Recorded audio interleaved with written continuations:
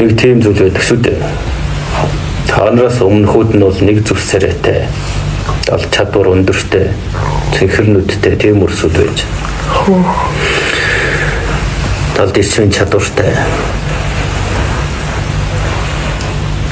Гэтэл тэрэд эвээгчээсээ оровж эхэлсэн. Ер нь бол энэ бусад оршихуйн бүх зүйлсийг захиран эзэмдэхийг хүссэн. Харуулжтай нийлж. Үүн дээр игдүүлсэн төрж маш том дайн тулааны арга барил болж бай.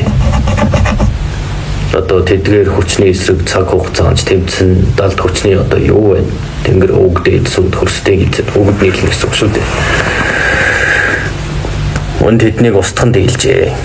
Гэхдээ хүүхдүүд нь ийм зүйлийг мэдэхгүй учраас дэмгүй учраас үлдээе гэдэг шийдвэр. Тэгээд маш хүйтнээр хайрч харсан гэж байна.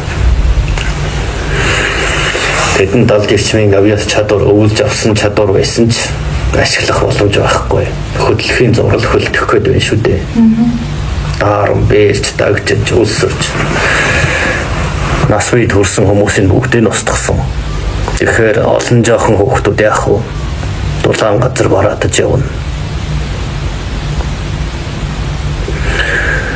Агуу улсын донд могтон шүү дээ. Хорогдох гэж. Ингэж явсаар хэдэн 10,000 жил өнгөрөхөд та нар хэн гэдгээ мартсан. Дарж байгаа хүнд ярих хэрэг байна уу? Байхгүй шүү дээ. Дарж байгаа хүнд урлаг соёл бичвэр бичих шаардлага байна уу? Байхгүй. Маш хүйтнээр хайрж байгаа шүү дээ. Яаж дулаацаад болох байх.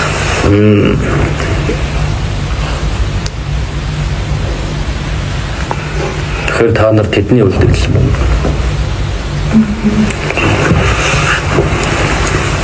Тэр хөлдөө харах явцвал маш удаан жил үргэлжилсэн зүйл шүү дээ.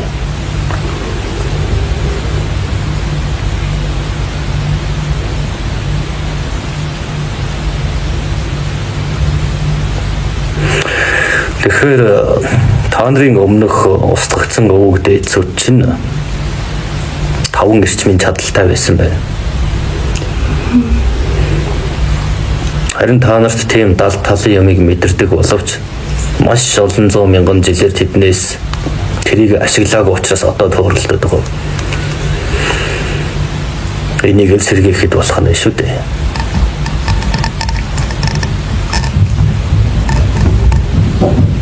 Тэгэхээр ойлгохоор байна уу? Ойлгохгүй нь. Өөрөөр тэднээс хүмүүс яасан бол тэр том хайцаанал байгаа хта. Ирүүд нь шүүгдээд ялаа эдэлж байгаа хта.